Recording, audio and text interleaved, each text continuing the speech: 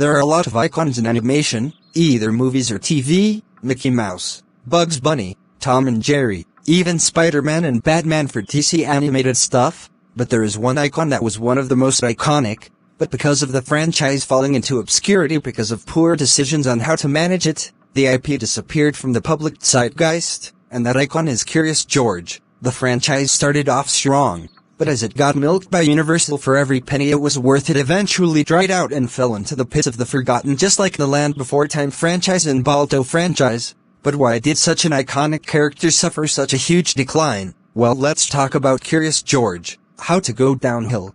Curious George was a book series by H. and Margaret Ray that focused on the adventures of a monkey named George, and his owner simply called the man with the yellow hat. Of course, producer Ron Howard and Brian Grazer saw potential for this to be a solid animated film as well as a potential series, so he put a Curious George movie into production with his studio, Imagine Entertainment, who had previously had success adapting How the Grinch Stole Christmas. In 2006, Curious George was released, and while it got strong reviews from critics and audiences, it underperformed, earning only $70 million against a $50 million budget. This was not expected to be a blockbuster, but the studio and creators were hoping for a bigger intake than this. However, the franchise continued on. In September of that year, Universal would produce a spin-off TV show for PBS Kids, which would teach kids life lessons and follow more of George's curious adventures. The series was one of the better received PBS Kids shows, and it ran until 2015.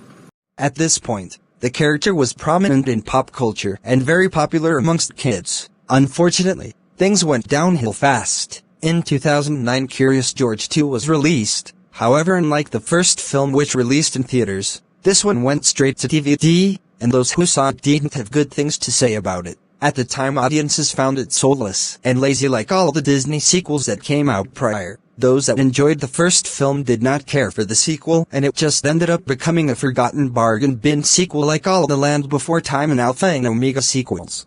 While the second movie didn't completely destroy the character's credibility, it did damage it quite a bit, as at this time, Curious George was not as liked as he was before, and it would only get worse. In 2015, the final Curious George movie was released. At this point, nobody cared about this franchise. The TV show had just gotten cancelled, and the oversaturation of countless holiday specials just made the audience grow tired of this character. So it was a little too late to wrap up this trilogy at this particular time. Audiences didn't like it as it scored worse than the second, and was the one that felt like it was more connected to the TV show than the previous films. This is honestly one of the most unnecessary finals in animation history. You could have let it conclude with the final episode of the series and call it a day, but I guess the creators felt the need for some kind of closure, or Universal just wanted to squeeze a few extra dollars out of the Curious George IP. I'm gonna go with the latter, since they tried it with the Land Before Time franchise and that sure turned out well. Regardless, the Curious George franchise had finally run out of steam.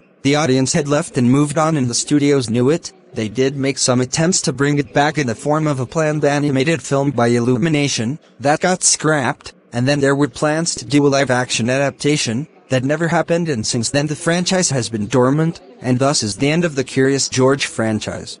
Now, normally I would discuss about why the franchise fell into obscurity and how it could have been avoided, but I don't think there was any way to keep the series going. The movie was well liked, but nobody loved it, and while the series had high ratings, it didn't have a strong viewership span. As the show went on, the ratings started to drop and viewers stopped watching the show altogether, and the sequels, well, nobody remembers the sequels. They were poorly received at the time of their release, and only get recalled when somebody brings up cash grab lazy direct-to-DVD sequels, and even then they're barely mentioned. The only people that like these movies are kids that grew up with these, and that are now old enough to vote, unless you did something really interesting with the character. At the end of the day, Curious George doesn't really have staying power, but knowing Universal, I'm sure the franchise will pop back up eventually. They've brought Land Before Time back multiple times. So if there's a time when they think Curious George will be successful again, they'll most likely bring it back in a heartbeat. I mean, they still keep recordings from Curious George in the unchanged Universal Animation Studios logo, so it is possible. But that's all I got, guys. Thoughts how Curious George went downhill. Anyways, guys, what do you think? Let me know down in the comments, and I'll see you guys later.